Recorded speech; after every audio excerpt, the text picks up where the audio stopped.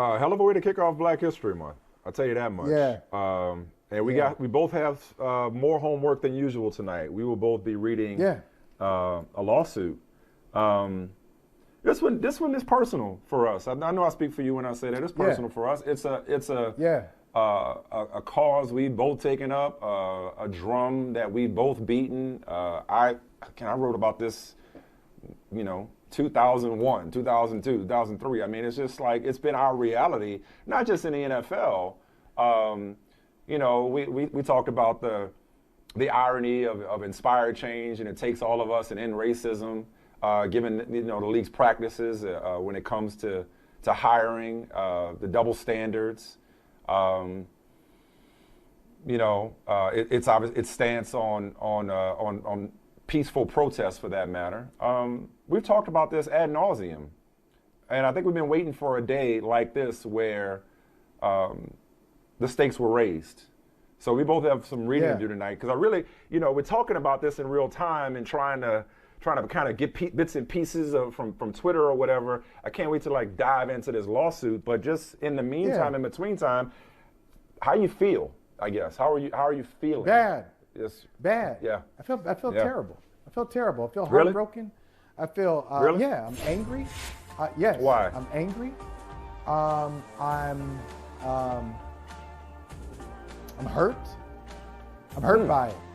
Because this really, I was thinking about this earlier today. It's just so interesting how there's just energy in the air. There's energy that you ever feel a certain way. You're not sure why you feel either excitement. All the time. You feel excited all for the time. no reason, and then something happens. You go, oh, that's what it was, or anxious, or agitated, whatever it is, and something happens. Yeah.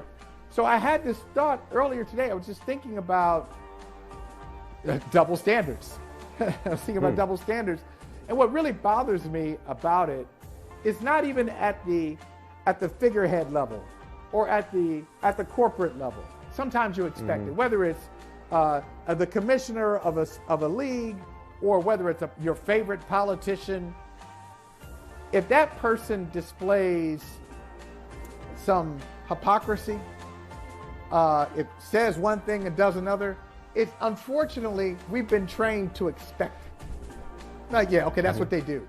But what really is unsettling to me is the people on the ground floor, at the grassroots level.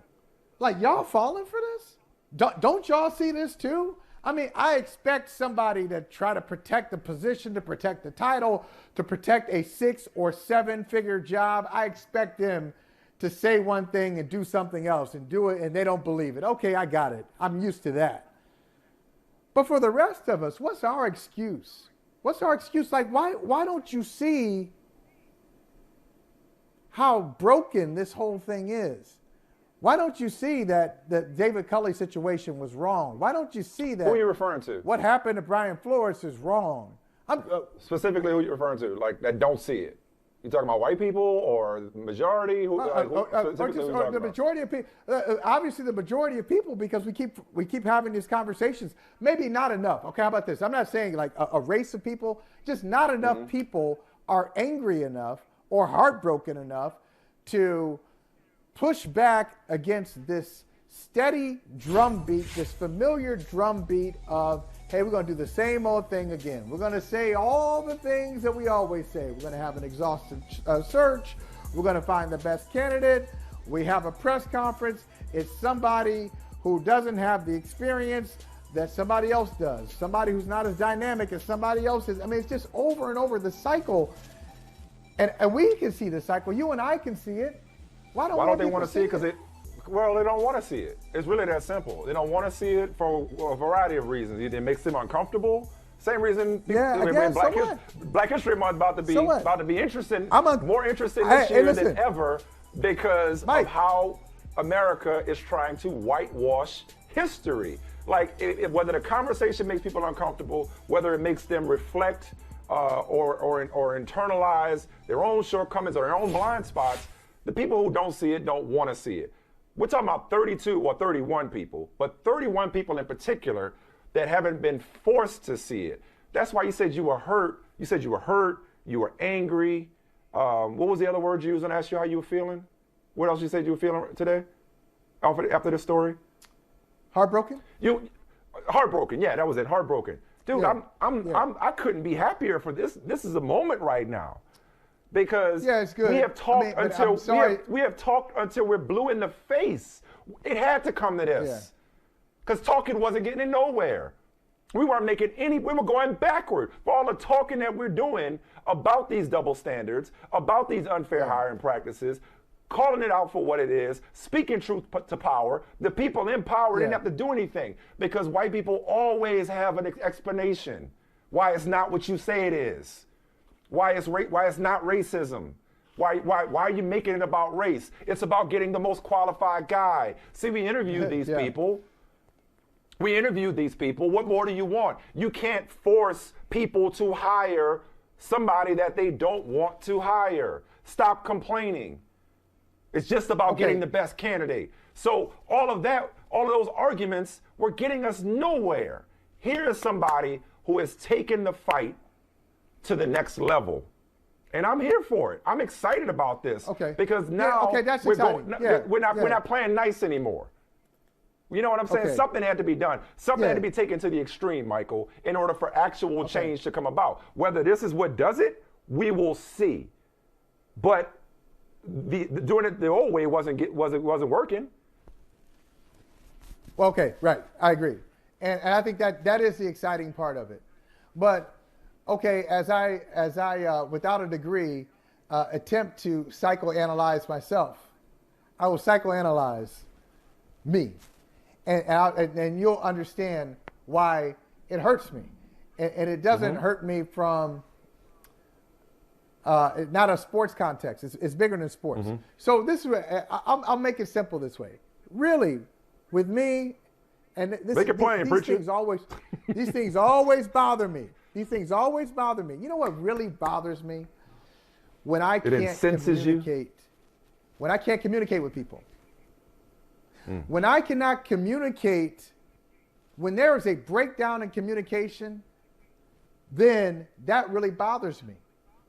And so when I think it's clear, when I think it should be clear, and I can give you evidence and I can give you statistics if you want, I can give you examples, I can give you science, I can give you anecdotes, and the communication doesn't connect, then it hurts. So when I see this, I think this is a clear case. This is so clear to me. Gotcha. And when things are just so obvious, and yet there's no connection. I'm a communicator. I mean, that's why I'm in this business. I love it. I love people. I love talking to people. I love connecting with people and learning. Sure. And so when that's not happening, but that's a reflection of them. It really throws me off. That's a reflection of their values or whatever. You can't get through to certain people. I was telling my wife this earlier, man. It's so funny, talk about conversations that preceded the show. My wife was reading me a back and forth she had on some Facebook group. With somebody was, some microaggression, some white fragility on display. I don't know what it was. Yeah. And I said to my wife, I was like, and she read me this long response she typed. I'm like, you got to stay out of the comment section. You got to stop giving your time to this because I've long since given up on trying to convince people that don't want to be convinced.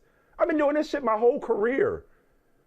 And I'm tired. I'm not here to argue with people that I know the moment we start talking, we are not coming from the same place. We live in two Americas. And if you're going to hold tight to your America, then I know that it ain't my fault that I can't get through to you. You just ain't trying to hear it. So when it comes to this situation, I understand what you're saying, Michael.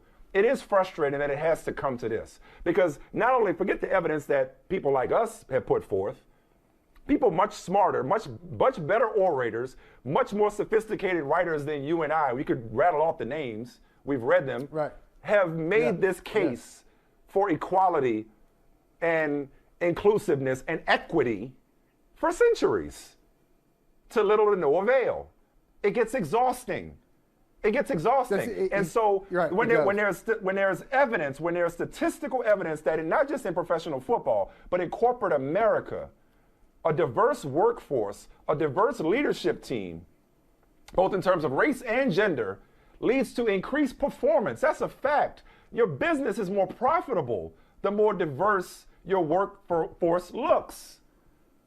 And it's frustrating that we got to take you to court. Same as it's frustrating that we got to mandate that you interview non-white people. Same as it's frustrating that you have to be rewarded for somebody else hiring the best candidate who happens to be black and who happen to come up in your organization.